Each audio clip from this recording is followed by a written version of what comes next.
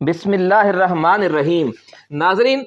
G20 سربراہ conference کے حوالے سے بھارت، سعودی عرب، یورپ ٹریڈ کوریڈور کو سی پیک کے متبادل کے طور پر پیش کر کے ہمارے میڈیا نے جو طوفان اٹھایا ہوا ہے اس کی اصل حقیقت سے آج ہم آپ کو آگاہ کریں گے کہ کیا یہ واقعی بہت بڑی کامیابی ہے بھارت اور امریکہ کی، یا پھر یہ چائے کی پیالی میں طوفان اٹھایا جا رہا ہے۔ کیونکہ بظاہر نظر یہی آ رہا ہے کہ اس نئے روٹ کا بھی وہی حشر ہوگا جو بھارت کی طرف سے ایران کی بندرگاہ چاہ بہار کے راستے سینٹرل ایشیا تک سی پیک کا متبادل کوریڈور بنانے کے منصوبے کا ہوا تھا۔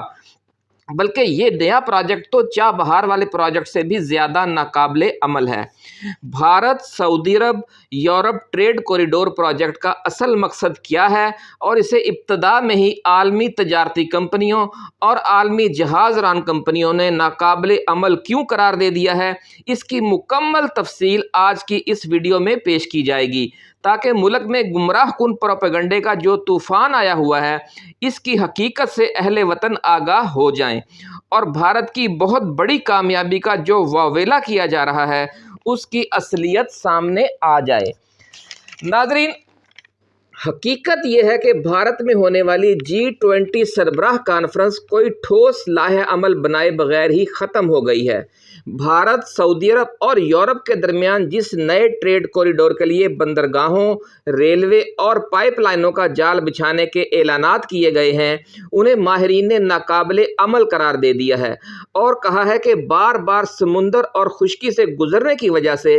اس کوریڈور کے ذریعے تجارت پر بار بار لوڈنگ اور ان لوڈنگ کرنا پڑے گی، جس سے وقت بھی ضائع ہوگا اور اخراجات بھی بڑھ جائیں گے۔ اس لیے سی پیک کے متبادل روٹ کے طور پر اس کوریڈور کی کامیابی کا کوئی امکان نہیں ہے۔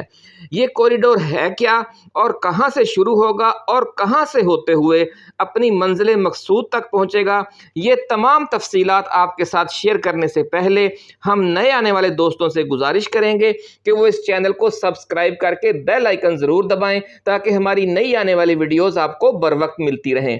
ناظرین، سی پیک کے متبادل کے طور پر پیش کیے جانے والے اس کوریڈور کا روٹ بھی بہت عجیب ہے۔ پہلے مرحلے میں یہ بھارت کی جنوبی اور مغربی بندرگاہوں سے شروع ہوگا جن میں گجرات، مہاراشٹر، کرناٹک، کیرالہ اور تامل ناڈو ریاستوں کی بندرگاہیں شامل ہیں۔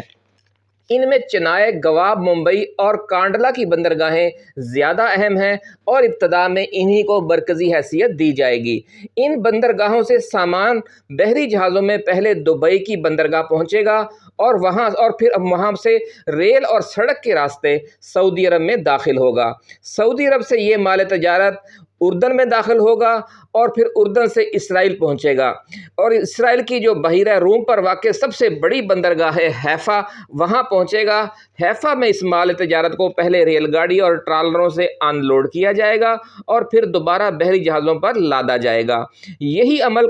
قبل ازیں دبئی کی بندرگاہ پر دہرایا جا چکا ہوگا۔ بھارت سے آنے والے بحری جہازوں سے ان لوڈ کر کے ریل گاڑیوں اور ٹرالروں پر لوڈ کر کے متحدہ عرب امارات سے براستہ سعودی عرب، اردن اور اسرائیل یہ حیفا کی بندرگاہ پر پہنچا ہوگا۔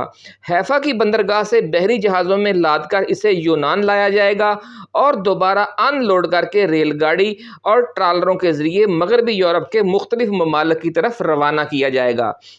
ناظرین، یہ روٹ اتنا پیچیدہ اور مہنگا ہے کہ اس کی کامیابی کے حوالے سے عالمی جہاز ران کمپنیوں اور عالمی تجارتی کمپنیوں نے شکوک و شبہات کا اظہار کیا ہے۔ اس کی مثال یوں دی گئی ہے کہ اگر چنئی یا ممبئی سے کچھ مال جرمنی، ہالینڈ یا برطانیہ جانا ہو تو سیدھا سادہ راستہ یہ ہے کہ اس مال کو بحری جہازوں پر لوڈ کر کے ایک ہی بار براہ راست